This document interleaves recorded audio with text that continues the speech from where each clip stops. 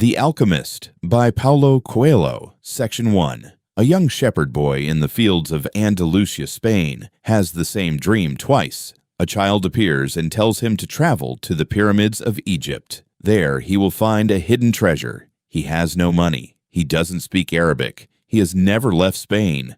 Most people would go back to sleep. Santiago doesn't. What happens next became one of the best-selling books in history. 65 million copies sold, translated into 80 languages. And the reason it resonates so deeply is that it's not really a story about treasure. It's a story about you and the dream you've been putting off. Today, I'm breaking down The Alchemist by Paulo Coelho. 7 lessons from this book that could permanently change how you see your own path. Section 2. Story Overview. Paulo Coelho published The Alchemist in 1988 in Portuguese. It sold just 900 copies in its first year. His publisher dropped it. Coelho didn't give up. He found a new publisher. Within a decade, the book had become a worldwide phenomenon. Proof, as he would say, that the universe conspires in your favor when you commit to your path. The story follows Santiago, an Andalusian shepherd who dreams of finding treasure near the Egyptian pyramids. He sells his flock, travels to Africa, gets robbed, rebuilds himself, crosses the Sahara Desert, falls in love, nearly dies, and, at the very end, discovers something unexpected about where his treasure actually was. Along the way, he meets a gypsy woman, a mysterious king named Melchizedek, a hard-working crystal merchant, an Englishman obsessed with alchemy, a desert woman named Fatima, and the alchemist himself, each one teaching him something he needs to complete the journey. The book is short. You can read it in an afternoon, but the ideas inside it will stay with you far longer. Let's get into the 7 lessons. Section 3. The 7 core lessons. Lesson 1. Follow your personal legend. Coelho introduces a concept at the heart of this book. The personal legend. Your personal legend is the thing you were born to do. The dream that was planted in your soul when you were a child, before the world told you it wasn't possible, before fear crept in, before you started comparing yourself to others and decided to play it safe. Melchizedek, the mysterious king who appears early in the book, tells Santiago, when you want something, all the universe conspires in helping you to achieve it. That line is not decoration. It's the thesis of the entire book. Coelho's argument is that most people know what their personal legend is. They felt it when they were young, but somewhere along the way, life got in the way. The rent, the responsibilities, the expectations of others, and little by little, the dream got quieter until most people can't even hear it anymore. The first lesson of The Alchemist is simply this: you have a personal legend. The journey starts the moment you admit it. Lesson 2. The universe conspires to help you. This is probably the most quoted line from the book, and also the most misunderstood. When Santiago commits to his journey, things start to align. He meets people who help him. He spots opportunities he would have missed before. He finds the courage to keep going when logic says stop. Is this the universe literally rearranging itself? Maybe not.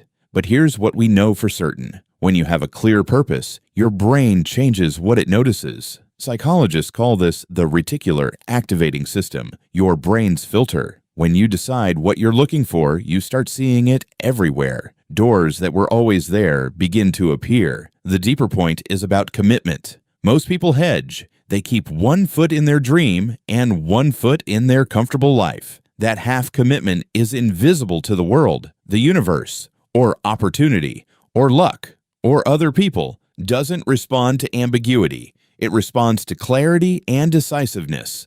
Commit fully. Then watch what the world sends your way. Lesson 3. Fear is the biggest obstacle. Santiago arrives in Tangier with no money, no Arabic, and no plan. He's robbed almost immediately. He could go home. Instead, he finds work at a crystal shop. The crystal merchant becomes one of the most fascinating characters in the book. He is not a villain. He is a good man. He has a dream to travel to Mecca, the holy city of Islam, which every Muslim is called to visit once in their life. He has had this dream his whole life. He has also never gone. When Santiago asks him why, the merchant gives a devastating answer. If he goes to Mecca, his dream will have been fulfilled. And then what will he live for? He is afraid that reaching his dream will leave him with nothing. So he keeps the dream alive by never pursuing it. This is one of the most psychologically honest moments in all of literature. Fear doesn't always look like cowardice. Sometimes it looks like comfort. Sometimes it looks like contentment. Sometimes it looks like wisdom. The alchemist asks, "What is your crystal shop? What comfortable thing are you hiding behind?" Lesson 4. Live in the present, the soul of the world. As Santiago crosses the Sahara, the alchemist teaches him about what Coelho calls the soul of the world, the idea that all living things share a single universal energy, and that tapping into it requires one thing: being fully present. This isn't mysticism for its own sake. Coelho is making a point about where life actually happens. It doesn't happen in the past. You can't live there, only regret it. It doesn't happen in the future. You can't live there, only worry about it. It happens now, only now. When you're on your journey, pursuing your personal legend, the temptation is to be anxious about what's ahead or regretful about what you've lost. The alchemist teaches Santiago to read omens in the present moment, a hawk's flight, the wind's direction, the behavior of the animals around him.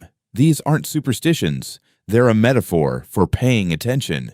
The lesson: the journey to your dream is not something to endure on the way to the destination. It is the destination. Be here for it. Lesson 5. Every setback is a lesson. Santiago's journey is not smooth. He is robbed in Tangier and loses everything on his first day in Africa. He spends 2 years working at a crystal shop instead of chasing his dream. He nearly dies in the desert. He is captured by warring tribes and told he will be killed unless he can turn himself into the wind. Each setback feels, in the moment, like the end. But Coelho shows us something important. Every obstacle gives Santiago exactly what he needs for the next stage of the journey. The time in the crystal shop teaches him how business works and builds his funds. The desert teaches him to read omens. The threat of death forces him to discover powers he didn't know he had. Nothing is wasted. That is Coelho's message. The detours are not delays. They are preparation. When you're lost or stuck, ask not, "Why is this happening to me?" but "What is this teaching me?" Lesson 6. Listen to your heart. Near the end of the journey, the alchemist gives Santiago one of the most powerful pieces of advice in the book. Tell your heart that the fear of suffering is worse than the suffering itself, and that no heart has ever suffered when it goes in search of its dreams, because every second of the search is a second's encounter with God and with eternity. This is about learning to listen to your heart, not blindly, not naively, but as a source of genuine wisdom that the thinking mind often overrules. Santiago's heart keeps wanting to stop. It wants to stay in Al-Fayoum with Fatima, the woman he loves. It wants to turn back when the journey gets terrifying. The alchemist teaches him to engage with his heart, to hear what it's saying, understand why it's afraid, and persuade it to keep going, not to suppress it, to work with it. Most of us have learned to dismiss our deepest intuitions with logic. We talk ourselves out of the things that matter most to us because we can't justify them in a spreadsheet. The alchemist asks you to take your heart's whispers seriously. Lesson 7. The treasure was always close to home. I won't fully spoil the ending, but here is what I will tell you. After crossing continents, surviving the desert, facing death, and reaching the pyramids of Egypt at last, Santiago discovers something unexpected about where his treasure actually was. It was near where he started, back in Spain. This could feel like a cruel joke. Why did he travel all that way for nothing? But Coelho's answer is the key to the whole book. Santiago could not have found the treasure without the journey. Not because the treasure was hidden by the journey, but because Santiago himself was not ready. He didn't have the eyes to see it. He didn't have the knowledge to claim it. He had to become the person the journey made him. The treasure was never really about gold. It was always about who you become on the road. You don't take the journey to get the treasure. You take the journey to become someone worthy of it. Section 4. Recap. 7 Lessons from the Alchemist. Lesson 1. You have a personal legend. The journey begins when you admit it. Lesson 2. Commit fully. The universe and opportunity responds to clarity. Lesson 3. Fear wears many disguises. Your crystal shop might be comfort, not cowardice. Lesson 4. Life happens in the present. The journey is the destination. Lesson 5. Every setback is preparation. Nothing on the path is wasted. Lesson 6. Listen to your heart. It knows things your logic refuses to admit. Lesson 7. You don't chase the dream to get the treasure. You chase it to become worthy of it. If this book had one sentence, Paulo Coelho already wrote it. When you want something, all the universe conspires in helping you to achieve it. The question is, do you actually want it? Or have you settled for dreaming about it? Section 5. Call to Action. The Alchemist is one of those books you can read in a single sitting and think about for years. I've linked it in the description below. The Audible version is particularly good for a book like this one, where the language itself is part of the experience. Subscribe if you want a new book breakdown every week. My last 2 videos were Rich Dad, Poor Dad, and The Psychology of Money. If you haven't watched those, they're linked at the end of this video. All 3 books together give you a remarkable toolkit for how to think about money, behavior, and purpose. Drop a comment below. What's your personal legend? I genuinely love to read them, and I read every single reply. See you in the next one.